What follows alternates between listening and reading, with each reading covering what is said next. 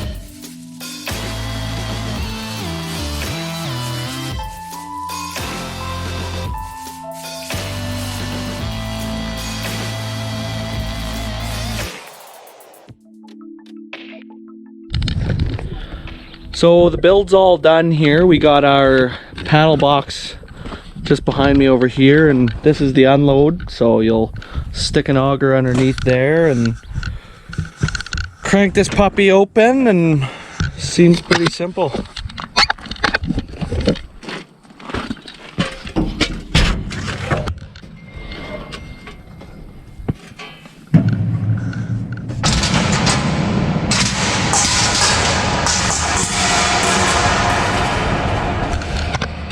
So the way it works is the grain comes in through the top, and we take it out through the bottom here. There are vents in the roof, as you can see. There's a little escape ladder here, just in case. So then this bin sweep here, when you get down to the bottom of the bin, will sweep all the bottom into the middle trough.